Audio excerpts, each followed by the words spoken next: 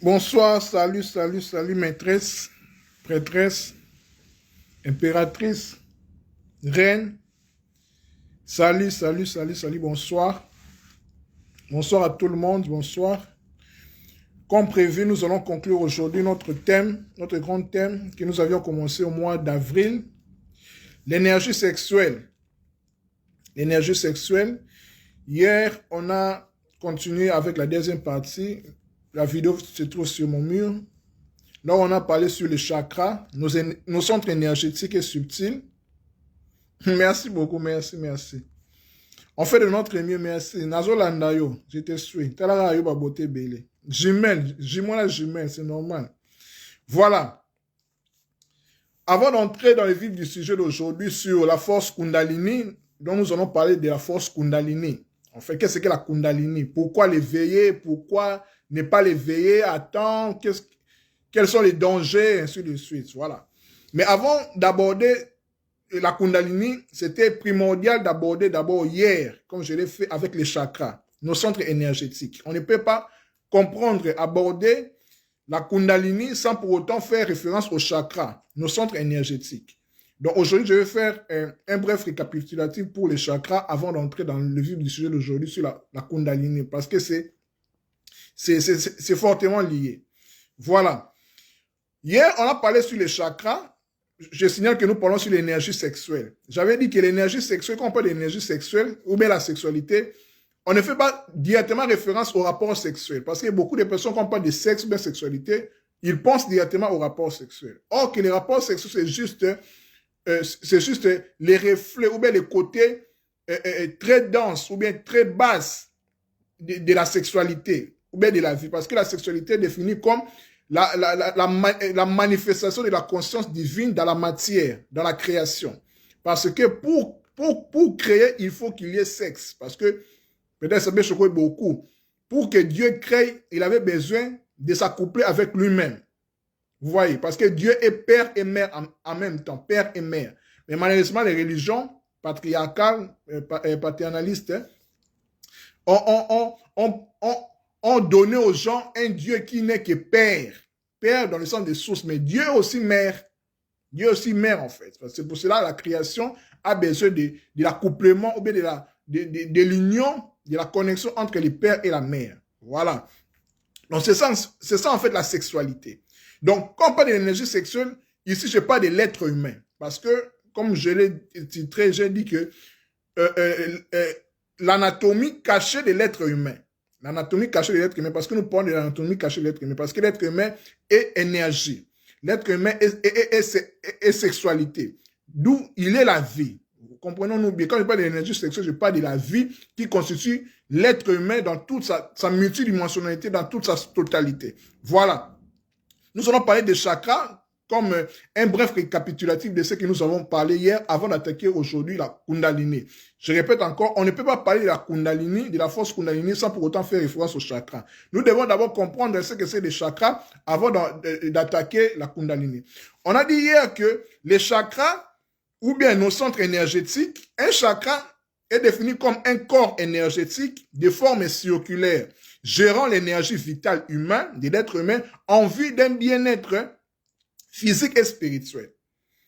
Je répète, un chakra est un corps énergétique de forme circulaire. D'ailleurs, même le mot chakra en sanskrit veut dire roue, cercle, gérant l'énergie vitale de l'être humain en vue d'un bien-être physique et spirituel. Vous voyez?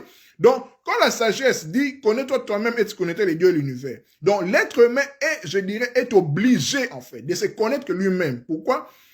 En se connaissant lui-même, on fait directement la référence aux chakras. Or, nous avons dit que les chakras, on ne peut pas les voir avec nos yeux physiques comme ça. Car les chakras se trouvent au niveau de notre niveau subtil, au niveau du niveau éthérique, au niveau spirituel en fait. Au niveau immatériel, on ne peut pas les voir. Parce que l'être humain est multidimensionnel. L'être humain a plusieurs corps. Nous avons dit aussi par rapport aux chakras que il en existe beaucoup, partout dans les corps humains, en fait. Mais ce qui nous importe ici, on énumère que 7 chakras. J'ai donné l'exemple avec le soleil. Quand nous contemplons le soleil levant, nous absorbons, notre organisme et notre corps absorbe la lumière du soleil qui entre via la rate qui se situe au niveau de notre plexus solaire, au niveau de notre ventre, la rate là où se trouvent les poumons, les pancréas, tout cela, le troisième chakra. Là, la rate absorbe en fait le soleil et les subdivise en sept couleurs. En sept couleurs, je fais référence avec l'arc-en-ciel. Parce que chaque chakra, les 7 chakras correspondent à 7 couleurs. À partir de la couleur la plus basse, la couleur rouge, jusqu'à la couleur la plus haute, la couleur violette. Vous voyez, ce sont des couleurs, les zones qu'on peut voir en fait, qu'on peut voir avec nos yeux comme ça en fait. Mais au-delà de ça, il y a les infrarouges qui se situent en deçà de la couleur rouge. Les serpents peuvent voir les infrarouges, mais nous, on ne peut pas voir les infrarouges. Les ultraviolets se trouvent au-delà de la couleur violette qui est la plus haute avec nos yeux physiques comme ça. Qui fait référence aussi au chakra. Voilà. Nous avons aussi dit, nous avons corroboré ou bien nous avons pu correspondre chaque chakra avec les couleurs correspondantes. Nous avons dit que les chakras de base, j'ai fait même un schéma de l'être humain pour nous faire comprendre. Les roux ici, c'est les chakras en fait. La couleur plus basse ici, ça se situe au niveau de notre anus, au niveau de l'os appelé coccyx, l'os de l'anus, là où se situe la force Kundalini, la mère du monde en fait. Nous allons l'aborder quand nous allons entrer dans la Kundalini, là où se situe la Kundalini, au niveau de notre anus, la plus basse en fait. On appelle chakra Racine Muladhara dans sanskrit, son nom sanskrit en fait. Et puis nous avons dit que les chakras signifient aussi, au-delà de sa signification comme roue, comme cercle, ça signifie aussi lotus. Lotus, vous connaissez bien la lotus, c'est une fleur en fait. C'est une fleur. On peut les comprendre par la méditation. Quand on médite, on fait comme ça, on est accroupi, on prend la forme de la lotus. La lotus est une fleur. Donc, qui dit chakra dit aussi lotus. Et puis, nous avons dit que chaque 7 chakras, les 7 chakras, chaque chakra correspond à une lotus. Qui dit lotus dit pétale. Vous le savez bien, une fleur a des pétales.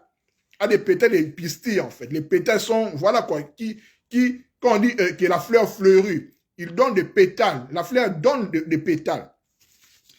Nous avons dit que le premier chakra racine dont la couleur est rouge, a 4 pétales.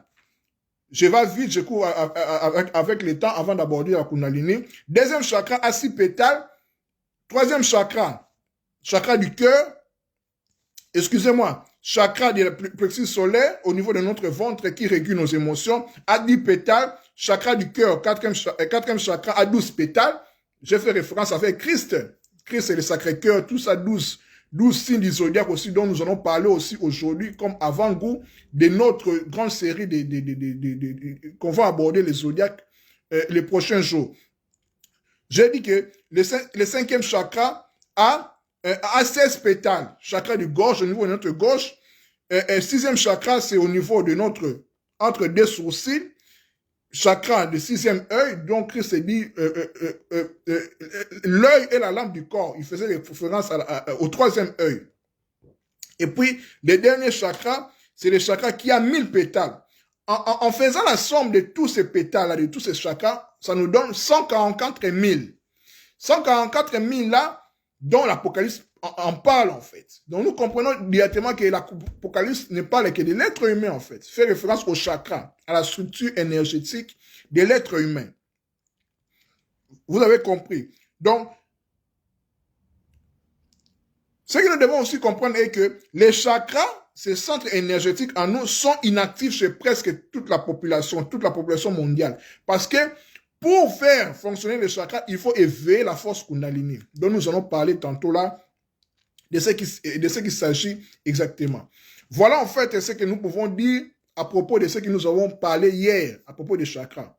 La vidéo est sur mon mur, si vous parcourez. Si vous avez le temps, vous pouvez même le visionner et puis vous allez comprendre. Voilà. Maintenant, abordons notre thème d'aujourd'hui, la force Kundalini. Qu'est-ce que la Kundalini en fait? Quand on parle de la Kundalini, on fait référence à quoi? La Kundalini, c'est quoi? La Kundalini, je pense que beaucoup de personnes ont déjà entendu ce mot, la force Kundalini, la Kundalini, élever la Kundalini.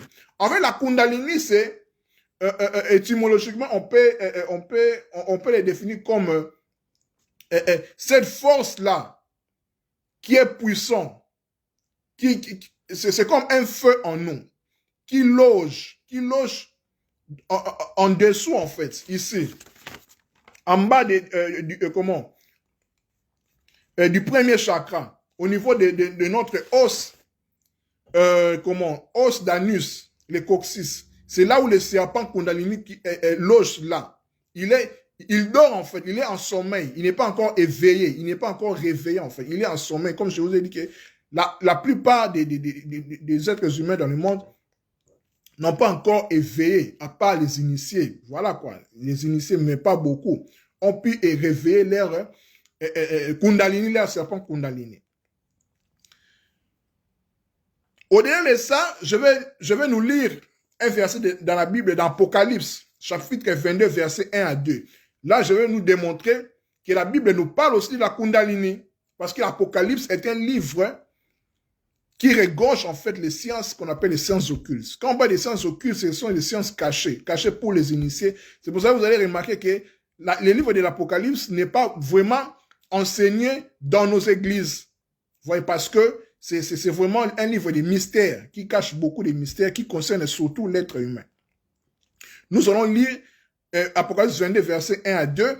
Et puis, nous allons aussi faire référence au signe des zodiaques. Nous allons comprendre par ce verset, ça parle aussi des signes du zodiaque, les 12 signes du zodiaque. Nous allons l'expliquer et puis nous allons comprendre.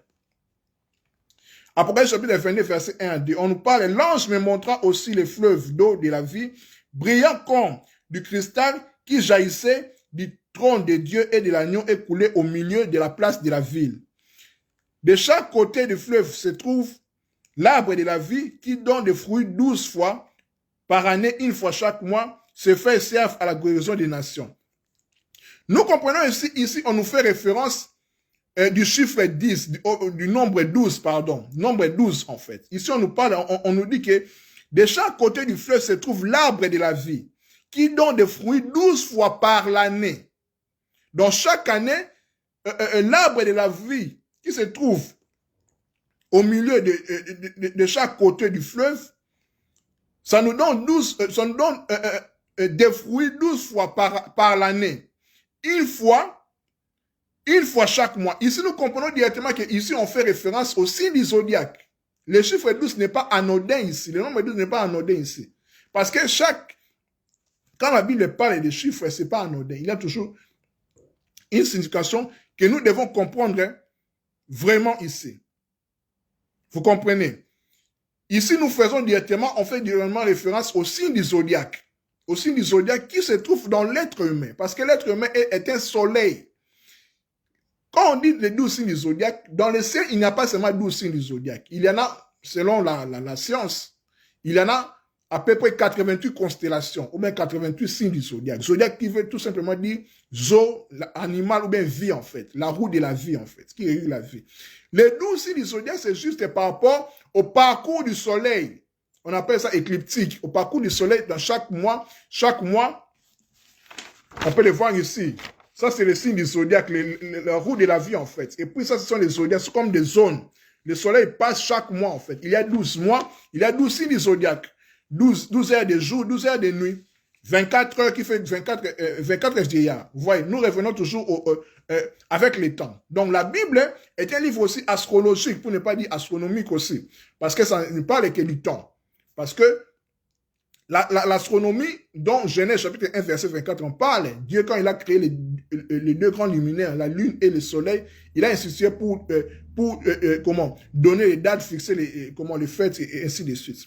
Maintenant, nous allons voir les 12 signes du zodiaque par rapport à notre verset ici que nous avions donné ici. Par rapport à Apocalypse chapitre 22, verset 1 à 2. Ici, quand on parle de l'arbre, il ne faut pas oublier que l'arbre, en fait, représente, si on comprend bien, selon la souci de l'être humain, représente la colonne vertébrale en fait, c'est l'arbre en fait, c'est l'arbre, c'est ce qui nous maintient en équilibre. La colonne vertébrale, c'est la colonne, parce que un arbre, c'est aussi une colonne, vous voyez, qui relie le ciel et la terre. Maintenant, nous allons voir les caractéristiques de chaque fruit ou bien de chaque signe du zodiaque qui caractérise en l'être humain en fait. Parce que tout être humain est né sous un signe du zodiaque, vouloir ou pas, est né sous un signe du zodiaque. Parce que nous entrons dans les temps, nous entrons dans les roues, dans la roue de la vie en fait, nous entrons là-dedans en fait. Donc, toute personne a un signe du zodiaque qui caractérise en fait aussi sa personnalité. Parce que nous sommes aussi influencés par les astres. Vous voyez, c'est pour cela que vous allez comprendre que quand les mages ont pu comprendre, ont su la naissance du Christ, ils ont vu son étoile.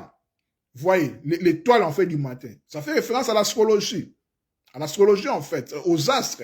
Donc, en naissant, nous sommes sous un signe du zodiaque ou bien sous les planètes. Nous allons les voir en profondeur quand nous allons aborder en long et en large sur les signes du zodiaque, qui sera l'objet de notre prochain grand thème, les signes du zodiaque, clés de l'univers et de l'homme. Nous allons voir en détail qu'est-ce que les signes du zodiaque. Ici, nous, en fait, nous avançons en fait, nous anticipons pour donner en plus,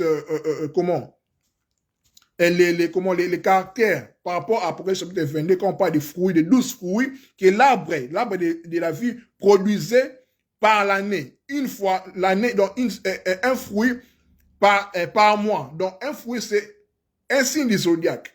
Premier fruit, c'est les béliers. Ici, il faut comprendre que quand la Bible a été écrite, on faisait référence à l'ère des béliers. Vous voyez, mais maintenant, nous sommes à l'ère des poissons. Premier fruit, c'est les poissons. Mais pour ne pas nous embrouiller, nous allons rester dans le cadre de la Bible avec l'ère des béliers. Premier fruit ou bien premier signe du zodiaque, c'est les béliers. Les béliers, en fait, une personne est bélier, c'est une personne qui est née entre le 21 avril et le 21 mai. Ses caractéristiques principales, c'est un homme ou bien une femme, une personne active, dynamique et décidée. C'est l'élément feu. Des personnes qui sont nées dans le signe du bélier, entre le 21 avril et le 21 mai, sont des personnes qui ont un caractère actif, dynamique et décidé. Deuxième signe du zodiaque, c'est les taureaux. Les taureaux sont nés entre le 21 mai et le 21 juin. Là, maintenant, nous sommes dans la constellation du taureau. Ce sont des personnes qui ont une grande sensibilité, une grande gentillesse et une grande bonté. Troisième signe du zodiaque, c'est les gémeaux. Les personnes qui sont nées entre le 21 juin et le 21 mai, et le 21 juillet, pardon. Ce sont les personnes qui sont plus poussées à l'étude, ils sont incités à s'intéresser à tout et à voyager. Ce sont des personnes curieuses. Quatrième signe du zodiaque, c'est les cancers. Ce sont des personnes qui sont nées entre le 21 juillet et le 21 août. Moi, je suis cancer en fait. Ce sont des personnes qui donnent une grande médiumnité, qui ont une sensibilité vraiment très, très poussée dans le domaine spirituel pour capter les ondes et les présences les plus subtiles dans le monde spirituel, en fait, les cancers. Cinquième signe du zodiaque, ce sont les personnes qui sont nées ce sont les lions, en fait, ce sont les personnes qui sont nées entre le 21 août et le 21 septembre. Ce sont des personnes qui inspirent une grande noblesse, le courage nécessaire pour aider et sauver les autres. Caractère des lions, en fait, ce sont des rois, ce sont des héros. Sixième signe du zodiaque, la Vierge. Ce sont les personnes qui sont nées entre le 21 septembre et le 21 octobre. Ce sont les personnes qui ont un caractère intrinsèque de purification et de nettoyage. La Vierge, vous comprenez la Vierge, la purification et le nettoyage. Septième signe du zodiaque, c'est la Balance. Les personnes qui sont nées entre le 21 octobre et le 21 novembre. Ce sont les personnes qui donnent la possibilité de s'unir à la cause divine et de rétablir en soi l'équilibre cosmique, la balance. Vous voyez la balance. Ils sont là pour équilibrer les choses qui prennent plus la justice. Huitième signe du zodiaque, ce sont les scorpions. Les personnes qui sont nées entre le 21 novembre et le 21 décembre sont les personnes qui sont éclairées plus sur la mort et la vie dans l'au-delà. Les scorpions qui donnent en fait la mort. Ce sont les personnes qui sont plus éclairées sur la mort et la vie dans l'au-delà. Neuvième fruit, le neuvième signe du zodiaque, ce sont les Sagittaires. Les personnes qui sont nées entre le 21 décembre et le 21 janvier sont les personnes qui ont les goûts des questions philosophiques et religieuses, des questions spirituelles, sont les Sagittaires. Dixième fruit, le dixième signe du zodiaque, sont les Capricornes. Les personnes qui sont nées entre le 21 janvier et le 21 février sont les personnes qui inspirent la puissance, l'autorité pour dominer les autres et soi-même. Onzième fruit avant-dernier, ce sont les Verseaux qui sont nés entre le 21 février et le 21 mars, sont les personnes qui donnent le sens de l'universalité, de la fraternité entre les nations. C'est ça qui caractérise même l'ère des Verseaux, que nous sommes presque, nous vivons même les brides, les avant-goûts. Ça va être caractérisé par l'universalité, la fraternité entre le peuple. Tout deviendra un. Vous comprenez? Et puis, dernier signe, c'est dernier fruit, 12e fruit, 12e signe du zodiaque, ce sont les poissons. Les personnes qui sont nées entre le 21 mars et le 21 avril sont les personnes qui sont plus poussées à se sacrifier, à supporter la souffrance et même à voir les bons côtés et s'en réjouir. Vous comprenez maintenant que quand nous lisons Apocalypse chapitre 22, verset 1 à 2, quand on parle dans les versets 2, écoulé au milieu de la place de la ville, de chaque côté du fleuve se trouve l'arbre de la vie qui donne des fruits 12 fois par l'année. Ça fait référence au signe du zodiaque. Donc, une fois chaque mois. Voyez, donc, la Bible parle aussi des signes du zodiaque. Les signes du zodiaque sont en nous. Nous sommes caractérisés par cela. J'ai dit que tout être humain qui naît, il entre directement dans la roue de la vie, qui est le signe du zodiaque. Parce que nous entrons dans les temps. Voyez. Parce que le signe zodiaque régule en fait par rapport au soleil, parce que le soleil fixe les temps et les rendez-vous. Le signe du zodiaque, parce que d'où le signe du zodiaque, c'est par rapport, comme je vous ai dit, par rapport au parcours du soleil, qu'on appelle cela écliptique. Par rapport au parcours du soleil, il y a 12 mois, il y a aussi 12 signes du zodiaque. Le soleil tourne, traverse en fait chaque signe du zodiaque. À partir du printemps, qui est la première saison, le 21 mars, il fait son parcours, il tourne tout, parce que le temps n'est que cyclique, le temps n'est pas en réalité linéaire. Voilà. Continuons, abordons toujours notre thème d'aujourd'hui, je signale qu'on parle de la force Kundalini. Par rapport à ce verset que je vous ai donné, le passage biblique d'Apocalypse 22, versets 1 à 2, ici, quand on nous parle de la source du fleuve, qui s'est trouvé, le fleuve d'eau de la vie est brillant comme du cristal qui jaillissait du trône de Dieu et de l'agneau. Le trône de Dieu nous voit directement comme une montagne en fait. La source du fleuve se trouve au sommet de la montagne. Le fleuve sortait du trône de Dieu et de l'agneau. Le trône c'est au-dessus, ça fait référence à la tête en fait. Au-dessus c'est le trône de Dieu. Je vous ai dit que l'arbre c'est la colonne vertébrale. En nous il y a le ciel et la terre. La terre, ça se trouve au niveau de notre ventre et au niveau de notre sexe. Et puis le ciel, c'est au niveau de notre tête. Voyez ce que nous devons comprendre. Maintenant, ce que nous devons faire par rapport à la Kundalini, comme je vous ai dit tantôt, ça se trouve au niveau de notre anus. En bas, en fait, en bas de notre colonne vertébrale, dans le coccyx, dans l'os de l'anus, là où loge le serpent, la force Kundalini, la mère du monde. C'est là où maintenant commence comment le serpent Kundalini doit monter en fait, doit faire son ascension, doit quitter la terre pour monter le ciel. Et puis ainsi de suite. Continuons. En fait, ce que nous devons comprendre est que sous terre, dans notre ventre en fait, ou bien en bas, comme je vous ai dit, dans notre anus, en bas, au niveau de notre anus, ça se trouve la force Kundalini. C'est un feu en fait qui brûle en nous, qui provoque en fait. Ce feu-là se trouve aussi, comme je vous ai dit, à la base de la colonne vertébrale. Ce feu est souterrain. En bas, c'est la terre. Je vous ai dit qu'en bas, c'est la terre. C'est au niveau de notre anus, le sexe et le ventre. Et puis le sexe, c'est au niveau de notre tête. Est lié au niveau du ventre et du sexe. C'est la force Kundalini. En fait, la force Kundalini sommeille à la base de notre moelle épinière. Je vous ai dit au niveau, parce que la moelle épinière loge la colonne vertébrale. Vous comprenez? C'est elle, la mère, qui a créé l'univers, la force Kundalini. Et Hermès Trismégisте dit même que c'est la force de toutes les forces. C'est la force Kundalini qui caractérise en fait l'énergie sexuelle de l'être humain. Les serpents là qui logent, qui dort en fait dans l'être humain. C'est la force de toutes les forces. En ce qui concerne la Kundalini, le conseil que je peux nous donner est qu'il est conseillé de veiller cela après avoir suffisamment travaillé sur la pureté et l'humilité. Vous voyez, ce n'est pas la peine de veiller la Kundalini par des pratiques, je ne sais d'où, sans pour autant éveiller, travailler sur sa pureté et son humilité. Suffisamment sur la pureté et l'humilité. Parce que en éveillant le serpent Kundalini en nous, ça peut détruire, tout comme ça peut créer, en fait. Si on n'a pas su travailler notre pureté et notre humilité suffisamment, ça risque que nous soyons détruits. Que nous soyons détruits vraiment conséquemment. Vous voyez, d'une certaine façon, il est facile de veiller le serpent Kundalini. Il y a tous des caractères, mais la plus importante est que, où et comment la diriger.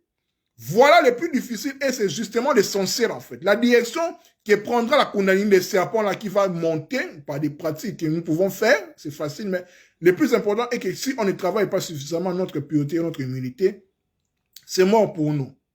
Vous voyez, parce que la Kundalini ne dépend pas de la volonté de l'être humain, mais de ses qualités et de ses vertus. D'où la pureté et l'humilité.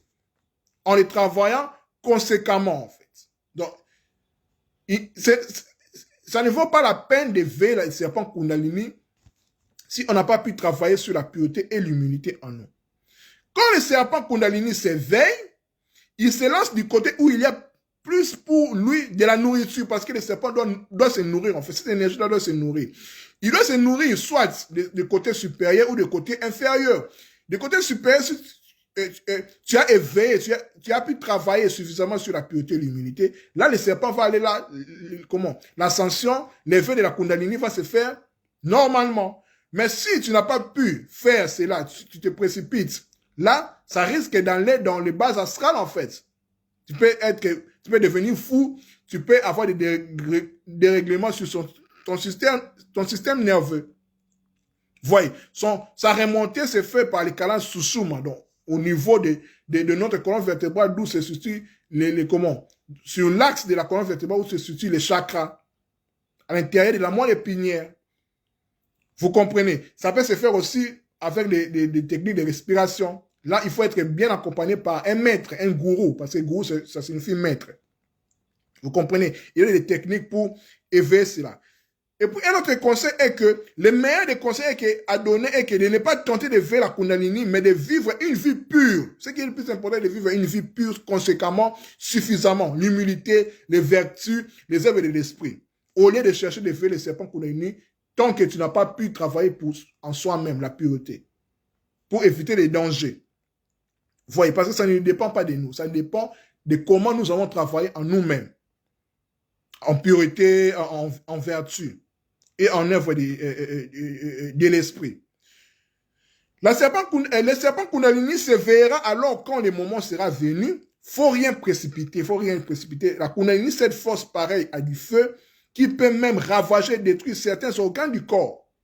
Vous voyez les dangers. Si on n'a pas pu travailler suffisamment nos vertus, notre humilité, notre pureté suffisamment, ça risque de ravager, de détruire certains organes du corps et puis nous allons devenir par exemple des fous, voilà quoi.